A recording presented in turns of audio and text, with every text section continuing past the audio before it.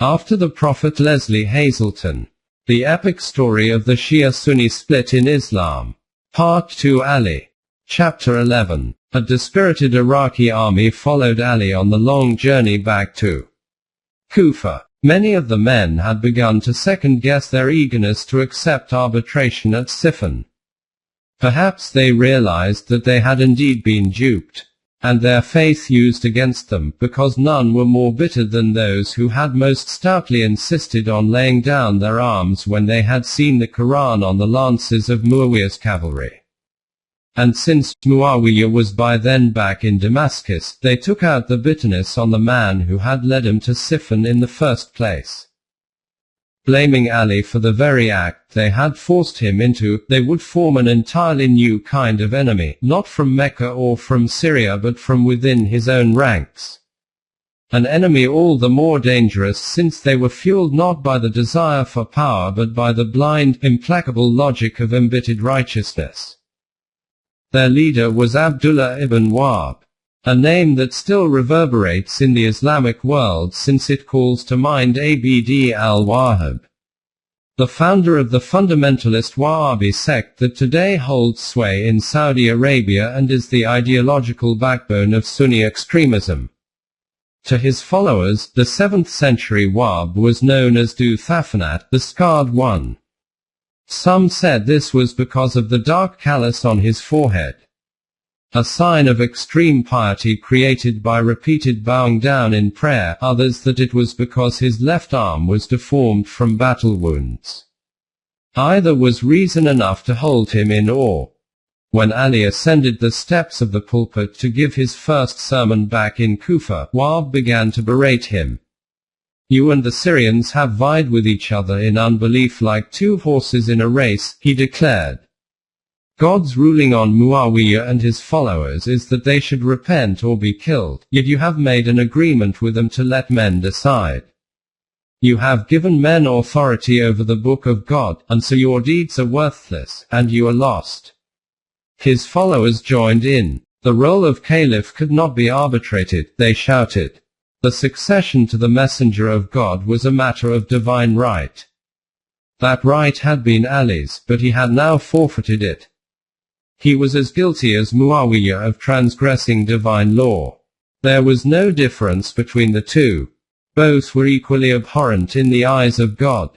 And again, they shouted out the slogan that was to become their rallying cry. "Judgment belongs to God alone." They cried, "To God alone." Those words are true, Ali countered, but you twist them and use them to mean something false. It was they who had insisted that he agree to arbitration at Siffin, he said. They had ignored his warnings then. How could they now attack him for doing what they had insisted on? But there is nobody as righteous or as blind to reason as the reformed sinner. When we wanted arbitration, Wahb replied, we sinned and became unbelievers. But we have repented. If you now do the same, we will be with you. But if you will not, then as the Quran says, we reject you without distinction, for God does not love the treacherous. As the rest of the mosque rose in uproar over the idea of Ali as a traitor to Islam, Wahb declared that the whole of Kufa was mired in a state of jahiliyyah, the pagan darkness that had reigned before the advent of Islam. "Let us go out, my brothers, from this place of wicked people," he said, and go out they did, some 3,000 strong. 50 miles north of Kufa they established a new settlement on the Tigris at Nahrawan. It was to be a haven of purity, Wahb announced, a beacon of righteousness in a corrupt world. He and his men were to be the first Islamic fundamentalists. They called themselves the rejectionists. Khariji, meaning, those who go out. The reference was to the phrase, those who go forth to serve God's cause, in Surah 9 of the Quran, which is aptly titled Repentance. They had seen the light and repented, and with the absolutism of the newly penitent, they devoted themselves to the letter of the Quran and to the exclusion of its spirit. We are holier than thou, they were saying, purer than the pure. And as is the way with such righteousness, they took their zeal for purity over the brink into all-out fanaticism. Anything that fell short of their standard of faith was nothing less than apostasy and had to be ruthlessly rooted out lest it contaminate the righteous. They began to terrorize the countryside around Narawan, submitting everyone they caught to a kind of mini-inquisition. If the answers failed to satisfy their rigid standards, the punishment was death. Matters came to a head when they chose the farmer son of an early companion of Muhammad's as their victim. A number of them had ridden into his village for supplies and decided to make an example of him. Since his father had been among those who had warned against taking sides before the Battle of the Camel, they posed a loaded question. Did your father not tell you that the Prophet told him, "There will be a fitna in which the heart of a man will die as does his body, and if you are alive then, be not the slayer, but the slain"? Did he not say that? That was indeed what the Prophet had told his father. The farmer replied, even as he trembled in fear, for it was clear that a refusal to take their side was the utmost betrayal in the eyes of these men and that he himself was about to be not the slayer but the slain. Yet as they closed in around him, he took a brave last stand. Ali knows far more of God than you do, he said. With that, he sealed his fate. Ali was an apostate in rejectionist eyes, and anyone who submitted to the rule of an apostate was himself guilty of apostasy, and his life forfeit. They leaped on the farmer, tied him up, and dragged him together with his pregnant wife beneath the heavily laden date palms of an orchard next to the river. The details of what happened next are tellingly precise. At one point, a date fell to the ground, and one of the rejectionists picked it up and put it in his mouth. You do that without the owner's permission and without paying for it, said the leader of the band. Spit it out. Then another began to swing his sword in threatening circles and by chance hit a cow that had wandered behind him, killing it. At this, the others insisted he go find the owner and pay him the animal's full value. They waited while he did so, and then, having acted with the utmost righteousness in the matter of both the date and the cow, they meted out due punishment. They made the farmer kneel and watch as they disemboweled his wife, cut out the unborn infant, and ran it through with a sword. Then they cut off the farmer's head. His blood flowed like the lace of a sandal, swore one witness. Justice thus upheld. The date spit out, the cow paid for, the farmer and his wife butchered. They purchased their supplies and went on their way back to Narawan. They did so with the clearest of consciences. Even the murder of the wife and unborn child, they maintained, was called for by God, since women and children of the enemy shared in the sin of their male kin. There were no innocents. And in this, the 7th century Khariji rejectionists set the pattern for the descendants. Like his forerunner the scarred one in the 7th century, Abd al-Wahhab would go forth with his followers into the desert highlands of Central Arabia 11 centuries later. There, near what is today the city of Riyadh, he set up a Spartan purist community uncontaminated by the pagan darkness and corruption he claimed was rife in Mecca and Medina. As had the rejectionists, the Wahhabists soon raided far and wide out of the desert stronghold. Early in the 19th century, they destroyed the domes over the shrines of Fatima and others in Medina, and even damaged the Prophet's own tomb. Such ornate shrines were idolatry, they said, and rode on north into Iraq, where they ransacked the shrines of Ali and his son Hussein in Najaf and Karbala. The Wahhabis' impassioned call for a return to what they saw as the purity of earlier Islam gathered strength in the 20th and 21st centuries. Not only in Saudi Arabia but also in such movements as the Taliban in Afghanistan, the Salafis in Egypt, and Al-Qaeda. The perceived enemy within Islam would become as dangerous as the enemy without, if not more so. Like the Egyptian President Anwar Sadat. who was assassinated in 1981. Any leader who dared negotiate with an enemy, let alone make peace, was declared the archenemy, and headed the list of those to be eliminated. Among Iraqi Shia today, the word Wahhabi still serves as shorthand for all forms of Sunni extremism, no matter their countries of origin. The power politics of the Iraq civil war have been played out against a millennium and a half of Shia memories of intolerance and barbarity, all leading back to that scene by the Tigris of the butchering of a farmer and his pregnant wife, and to the spectacle of a rightful caliph in Kufa accused of betraying the Quran by the men who had insisted that he lay down his arms in its name. For Ali, the slaughter under the date palms was beyond contempt. He sent a message to Wahb demanding that he surrender the killers. As the Quran says, indeed, this is clear depravity, he wrote. By God, if you had killed even a chicken in this manner, its killing would be a weighty matter with God. How will it be, then, with a human soul whose killing God has forbidden? Wahb's reply: all of us are their killers. And all of us say, your blood, Ali, is now halal, permitted, for us. It was an outright declaration of war, in words that still chill the blood of anyone who hears them in the Muslim world. They are the words of implacable righteousness, of those who kill without compulsion, in the name of God.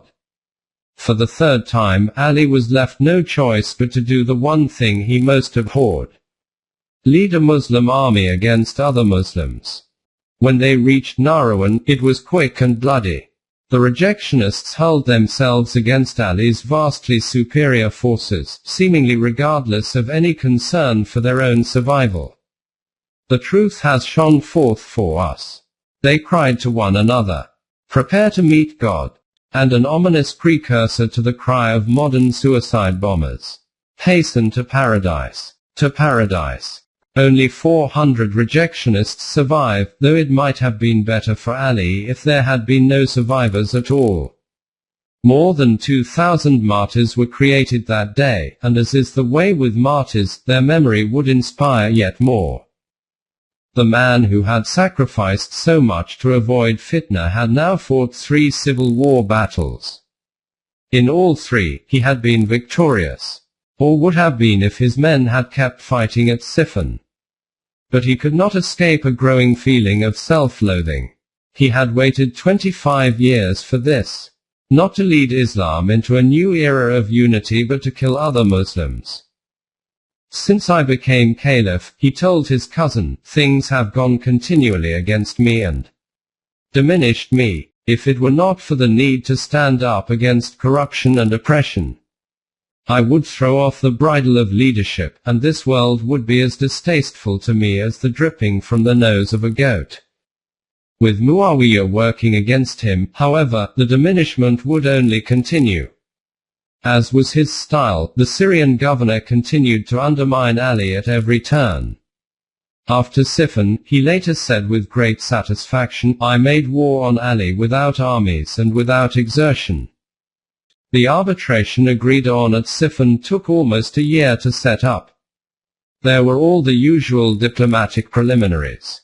The need to agree on an agenda, to determine the size and makeup of the delegations from each side, to agree on the timing of the conference, the format, and the location, a small town halfway between Kufa and Damascus. Yet when all the details were in place and the two sides finally met, it would end only in further bitterness. Muawiyah was represented by his chief of staff, Amr, who had conquered Egypt for Islam and was soon to become its governor in reward for his work. Ali would have chosen his own chief of staff, the general who had so vividly volunteered to take Muawiyah to the desert and leave him staring at the backside of things whose front side he has no idea of. But his men insisted instead on the aging Abu Musa. This was the man who had argued so strongly that they should remove their spearheads and unstring their bows before the Battle of the Camel. Fitna rips the community apart like an ulcer, he had said then, and now that the ulcer was eating at him, they remembered his words.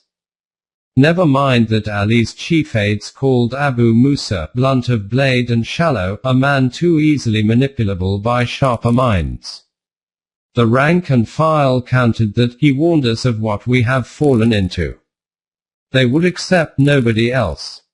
The conclave lasted 2 weeks, and at the end, Abu Musa and Amra stepped forward to make a joint declaration. As Abu Musa understood it, they had agreed to the perfect compromise. A shura would be held to reaffirm both Ali as caliph and Muawiyah as governor of Syria. That is what he announced to the hundreds of those gathered for the concluding ceremony. Then came the double cross. When Amra stepped up to the podium, his spin on Abu Musa's words was not at all what the old man had in mind. He and his good friend Abu Musa had indeed agreed to a shura, he said, but its purpose was to confirm not Ali but his opponent as caliph. I hereby confirm Muawiyah as the true caliph, Amr concluded, the heir of Othman and the avenger of his blood. Curses hurtled through the air, fistfights broke out, and the conclave broke up in more turmoil than when it had begun. Abu Musa fled for Mecca, where he lived out his days in privacy and prayer, utterly disillusioned with public life, while Amr returned to Damascus to lead the acclamation of Muawiyah as caliph.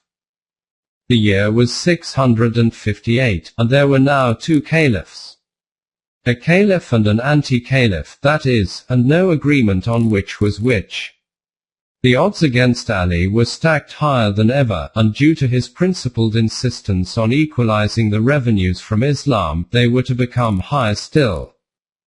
Influential estate owners and tribal leaders were accustomed to what they considered the perks of their position.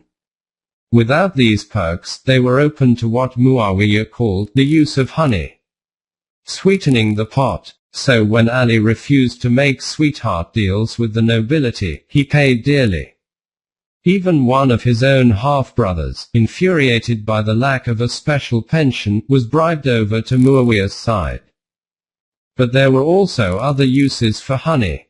Muawiyah had his sights set on Egypt, where Ali's stepson, Muhammad Abu Bakr, Aisha's half-brother, had proved a weak governor.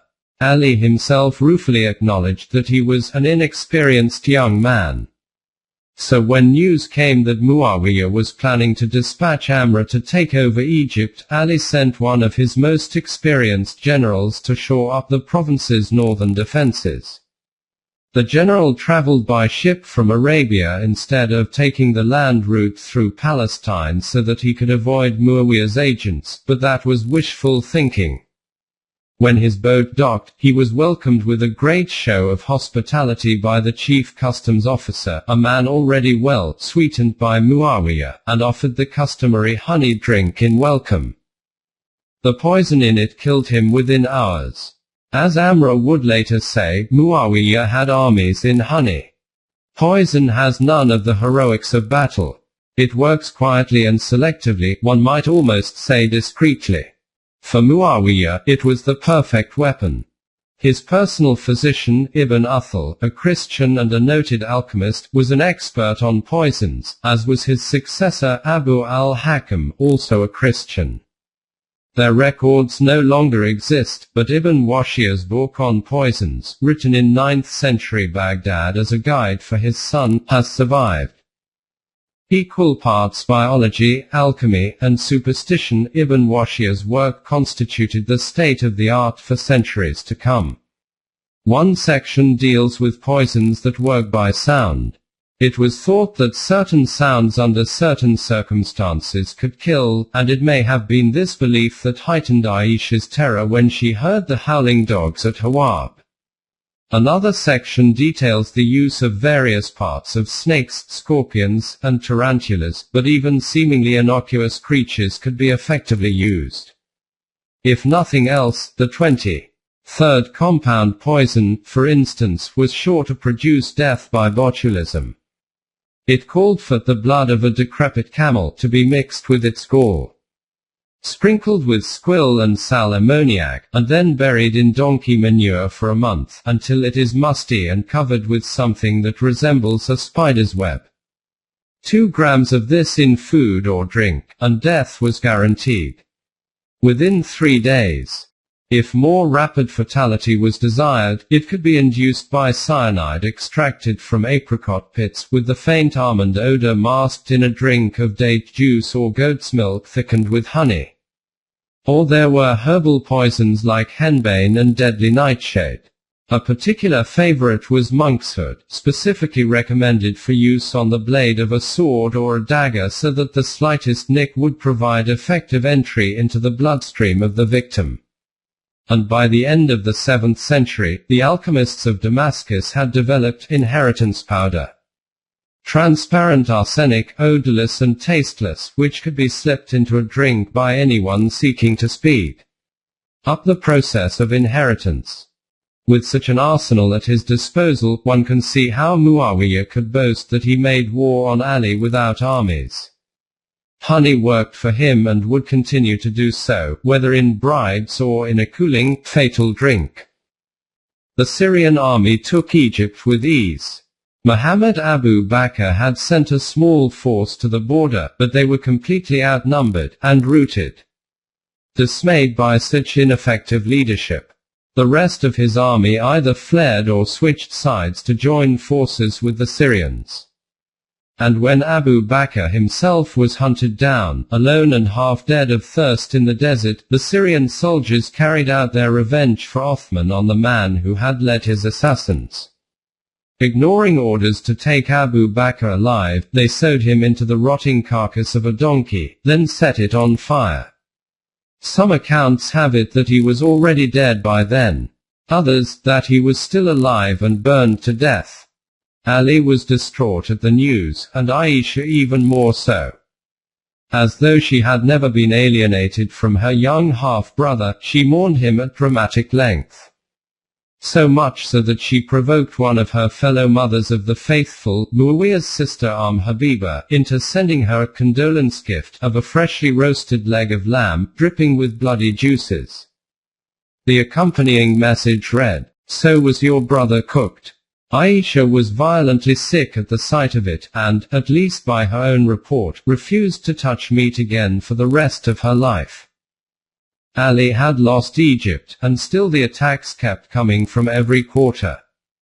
The Khariji rejectionists had reorganized and attracted thousands of new recruits not only in Iraq but throughout Persia, where whole cities now ousted Ali's governors and refused to send taxes to Kufa.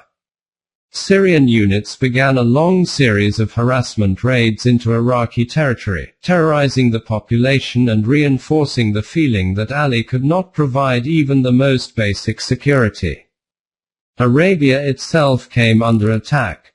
Yet even after Muawiyah had sent a punitive force to Mecca and Medina and on into the Yemen, where thousands of Ali loyalists were summarily executed, Ali could not rouse his once invincible army to action. Demoralized by the seemingly endless civil war, his men refused to move.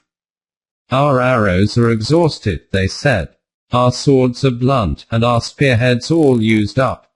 The man who had been so famed for eloquence was reduced to haranguing his own fighters, berating them as cowards. "You Kufans are only lions in time of peace, and sly foxes when you are called to be brave," he complained from the pulpit. "May your mothers be bereaved of you. I call you to the aid of your brothers in Mecca and Medina, and you gurgle like slack-jawed camels slurping their water. If you hear even a rumor of Syrian horsemen coming against you, each of you hides in his house and locks his door, like a lizard in his hole.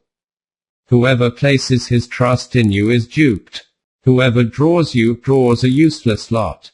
You have filled my heart with pus and lined my breast with anger. By God, knowing you has brought in its wake nothing but grief and sorrow. If I did not desire to die in God's cause, I would not remain with you one more day." And indeed, he had few days yet to come. It happened at dawn on Friday, January 26, in the year 661, midway through the month-long fast of Ramadan. Ali had walked to the mosque in Kufa for the first prayer of the day. He never saw the armed man lurking in the shadow of the main entrance. Not until the raised sword glistened above him in the early light and he heard the rejectionist cry coming from his attacker's lips. Judgment belongs to God alone, Ali. To God alone. The sword blow knocked him to the ground and gashed his head open.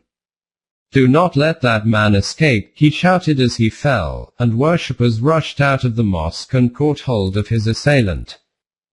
Ali remained lucid even as the blood ran down his face and people began to panic at the sight.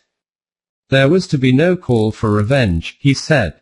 If I live, I shall consider what to do with this man who attacked me.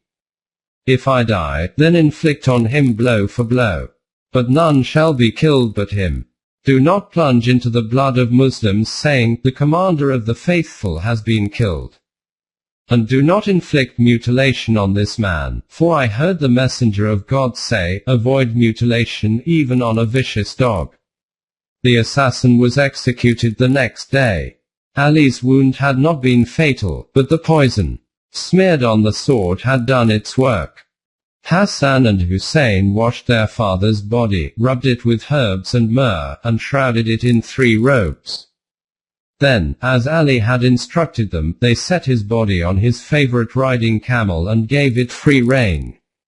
40 years before, Muhammad had given his camel free rein to determine where the mosque would be built in Medina. Where it stopped, there the mosque was built.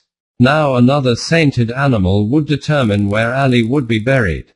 Wherever it knelt, that was where God intended Ali's body to rest. The camel went a half-day's journey, walking slowly as though it knew its burden and was weighed down by grief. It knelt some 6 miles east of Kufa, atop a barren, sandy rise. Najaf in Arabic. And there his sons buried the man who would ever after be revered by all Muslims, but by 2 very different titles. The first Imam of Shia Islam, and the last of the 4 Rashidun, the rightly guided caliphs of Sunni Islam. Today, they have killed a man on the holiest day, the day the Quran was first revealed, Ali's elder son, Hassan, said at the graveside. If the Prophet sent him on a raid, the angel Gabriel rode at his right hand, and the angel Michael at his left. By God, none who came before him are ahead of him, and none who come after him will overtake him. In time, a shrine would be built over Ali's grave on that sandy rise, and the city of Najaf would grow up around it. Each time the shrine was rebuilt, it grew more magnificent, until the gold-leafed dome and minarets soared above the city, shining out to pilgrims still 20 miles away.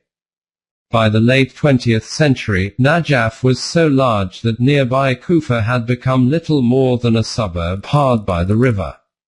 All the more canny, then, of Muqtada al-Sadr, the leader of today's Mahdi army, when he adopted not the Najaf shrine but the main mosque of Kufa as his home pulpit. In doing so, he took on the spirit not of Ali assassinated, but of the living Imam. Preaching where Ali had preached, Muqtada assumed the role of the new champion of the oppressed. But Najaf was to be only the first of Iraq's twin holy cities. As the Caliph Muawiyah assumed uncontested power, the second city was still just a nameless stretch of stony sand 50 miles to the north. It would be 20 years yet until Ali's son Hussein would meet his fate here, and this stretch of desert be given the name Karbala, the place of trial and tribulation.